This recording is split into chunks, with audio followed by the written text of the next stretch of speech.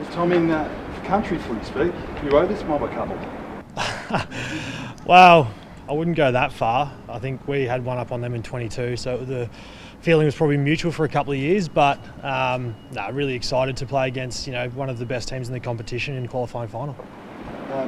They've had you measure. We spoke to a couple of the other boys, but it seems like there's a school of thought you've been able to go to school on that round 15 loss a bit and come out stronger for it. Is that fair?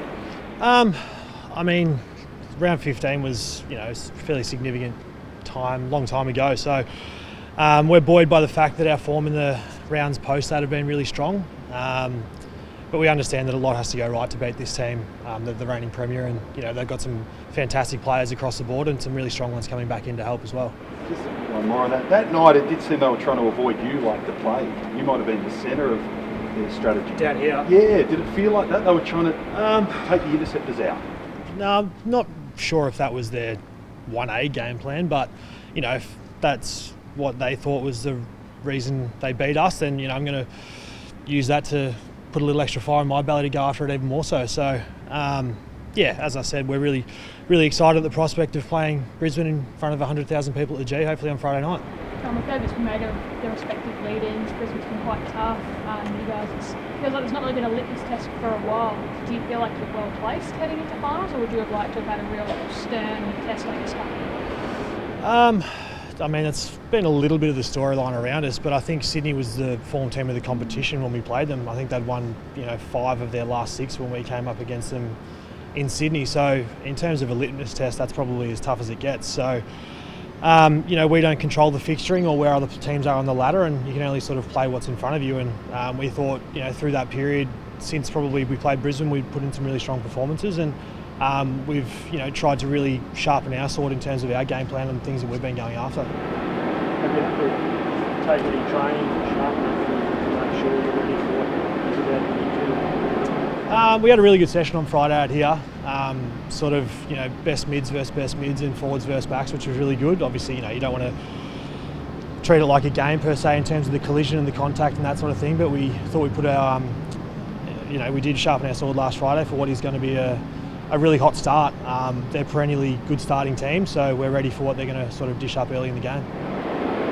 Another finals campaign for yourself. How does it feel coming into the nerves? I'm sure if you ask me at about 5 o'clock on Friday, they'll start to be there, but I've got 2 young kids at home that'll distract me for the most of the week, so I'm lucky in that respect. And I've had some amazing finals experiences and some pretty harsh ones with missing an entire final series in 21. So I'm just excited to be back at what feels like the start line now. Everybody uses that language that you sort of qualify for this part of the year, and this is why we play. So we're really excited. Just on your own form, Tom, you missed a segment about the middle part of the season. Do you feel as though you're back to your very best on the end of what is amazing finals? The start of the year for me was quite challenging individually with my body and some things that had happened, but I sort of took the approach that when I was back in the team that I was sort of building for this part of the year, and just used it as little goals along the way to sort of get myself in a position where physically and mentally I'm really confident in where my game's at and what I can sort of produce. That means for nothing when the game starts on Friday night, but I think the build-up that I've had, particularly the last 8 to 10 weeks, I'm really confident and buoyed by what I've had to put together. So carrying no niggles? Nah, I'm all good, mate. Yep, except for old age, if you count that as a niggle. You mentioned the MCG factor there, and I think everyone's all but resigned to the fact that a home final here is probably a thing of the past. Would you rather be there, as you said, a real cauldron with 100,000 potentially? Personally, yeah. The advantage that we get down here during the season is fantastic, and it's one of the amazing benefits that we have of being what is probably a one-team town. But you got to win it there, so why not play there in the whole lead up to the big dance? So that's what you get excited for, to play footy, and from a young fella to a young player to now a senior player, it's still as exciting now as it has been for my entire journey. So I love playing there. And the press conference bingo card means you have to be asked about Bailey Smith. Oh yeah, fantastic. Look forward to it. But there has been so much talk about him and his, I guess, raw sort of honesty at the All-Australian the other night. How much line of sight on what he has been through did you guys have, or did you sit there sort of going, wow, this is actually amazing?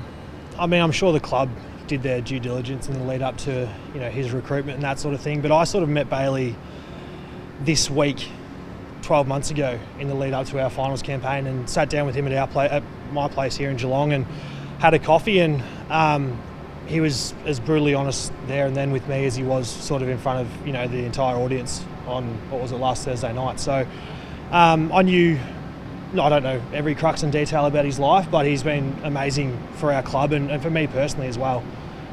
We've built a really strong relationship and a great rapport, and we spend a bit of time together. And I can only applaud his honesty and his rawness, as you said, to come out and sort of put that out there in front of a mass audience. So he's been great for us, but I think he's more excited now to look forward about what he can add to our team in a really exciting time of the year. You obviously you had him in your home and sitting in the kitchen maybe with the kids there, so you've opened your home to him. He obviously came here with the plan and the plan was, I suppose, with the club to be that extra sort of layer to the midfield. He's certainly been that in a football sense, but there's been birds flips, there's been paparazzi pics, and maybe even a billionaire at the Brownlow. Yep. Has all of that surprised you, or did you sort of know that this was all going to be sort of part of the package? It surprised me, but it didn't at the same time. From the outside looking in, I didn't pay that close of attention when he wasn't at the club of the things that he was up to and that sort of thing. But he's a boisterous personality, and he's everything you see, and he puts it all out there, which I have a massive amount of respect for. We're polar opposites in that respect. I'm quite a private person and like my own space and my own downtime. But he's been fantastic. He's not only him, but the added benefit of some young players around him that have really taken a step up this year, I think has been fantastic for him to sort of go along and almost be a leader of that next crop. Shannon Neal, Max Holmes, Ollie Dempsey, the like. That I think he's sort of shown them the way with his work ethic over the summer months, and now they're showing the way for us in the way that they're playing the game. So I can only applaud him, and I really, really respect what he's done this year. Talking about teammates that have made an impact each since retiring at the end of the season, how big is this impact been in the past? Oh, yeah, it's almost immeasurable. Over the last few years, we've lost icons of our club in, Gary Ablett in 2020, and then Joel and Hawke and, Zach Toohey, Harry Taylor. So Mitch is right up there in that same echelon of those sort of players, Probably extremely underrated externally in terms of the plaudits and the personal accolades that he's probably deserved that probably didn't receive. But, I can only speak on the impact that he's had on me. We've sat next to each other for 9 years now in meetings, and his wisdom and he's articulate about the game and the way that he teaches our young players is seriously immeasurable. That's the lasting impact that he'll have on this group, is the time that he has spent with, blokes who are my age and, now the 18-year-olds coming in. And he's a magnificent person, and, he should be rightly celebrated by the Geelong community for what he's given our club. Is he a future coach, Tom? Is he a future coach? I'd think so, yeah.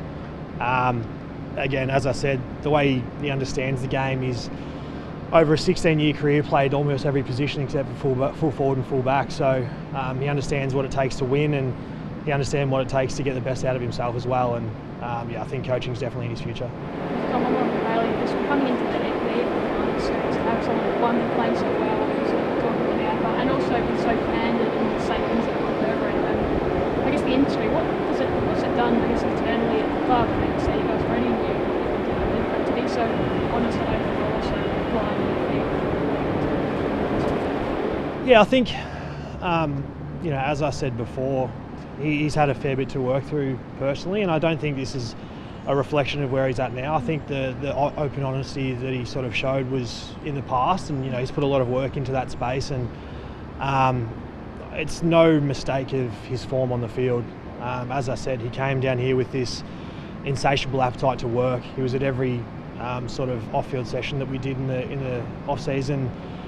He hit the ground running, and a lot of our staff members probably had to hold him back until that post-Christmas block when he was allowed to actually join in with the main group coming off an ACL. So in terms of the mental aptitude and that sort of stuff, he's done the work, and as I said, I'm not surprised by the form that he showed on the field, because he works as hard as anybody I've ever seen.